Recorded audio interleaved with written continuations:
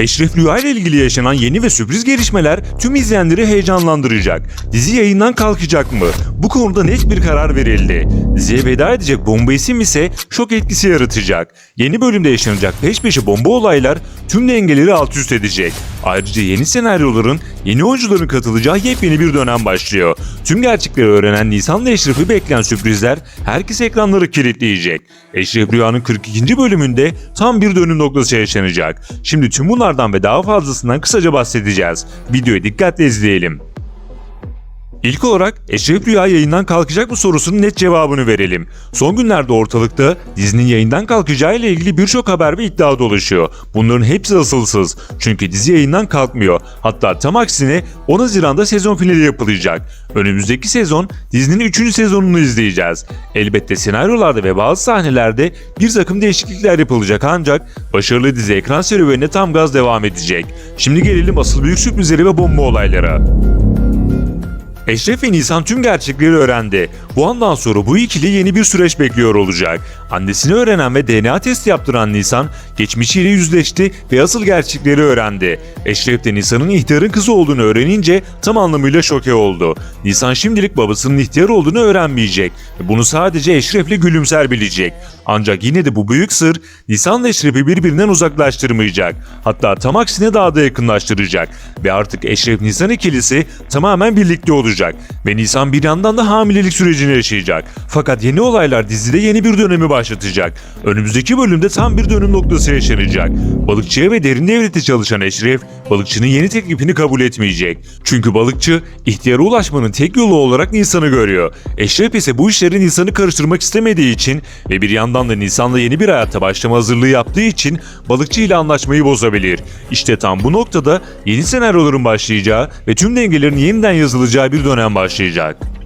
Diziye katıldığı andan beri oyunculuğuyla büyük beğeni toplayan ve aksiyon sahnelerinde ön planda olan Ölü Yaşar karakterinin sonu geldi.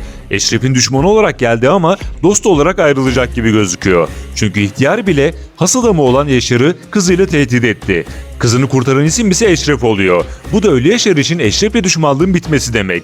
Yeni bölümden itibaren Ölü Yaşar dönemi kapanacak ve bu karakteri canlandıran usta isim Erol Babaoğlu diziye veda etmiş olacak. Aslında dizideki senaryoları biraz daha devam edebilirdi ancak yeni değişikliklerin yapılmasıyla beraber yeni bir dönem başlayacak. İlk fragmanda Eşref ve ekibinin ve Kadir'in gözaltına alındığını gördük. İşte yeni senaryolar bu şekilde başlayacak. Herkes ekranları kilitleyecek, yepyeni ve heyecan dolu hapishane sahneleri çekilecek. İçeride yaşanacak bomba olaylar dizideki dengeleri sil baştan değiştirecek. Bu yeni senaryo ile beraber diziye yeni ve etkili oyuncular da dahil olacak. En önemlisi ise Eşref'in karşısına yepyeni bir düşman çıkacak.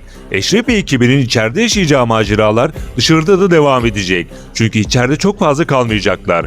Belki de önümüzdeki dönemde bir zaman atlaması görürüz. Ayrıca ihtiyara karşı birlik olan Eşref ile Kadir'in ortaklığı bir süre daha devam edecek. Hiç şüphesiz bu ortaklık seyir zevki açısından çok güzel olacaktır. Bunun yanı sıra ihtiyar senaryosu bir ihtimal iptal edilebilir. Yeni bölümde bunu daha net bir şekilde anlayacağız. Ancak Kadir ile Eşref'in ihtiyardan intikam alma senaryosu tamamlanmalı diye düşünüyorum.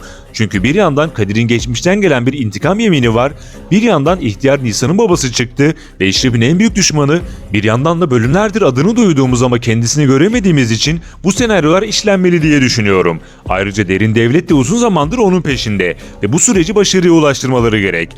Son olarak dizinin sonra etik sonuçlarına bakacak olursak, geçtiğimiz hafta yayınlanmayan Eşref Rüya bir önceki bölüme göre 3 kategoride de hafif bir düşüş yaşadı ancak bölüm güzel olmasına rağmen bu düşüşte Galatasaray maçının da etkisi var.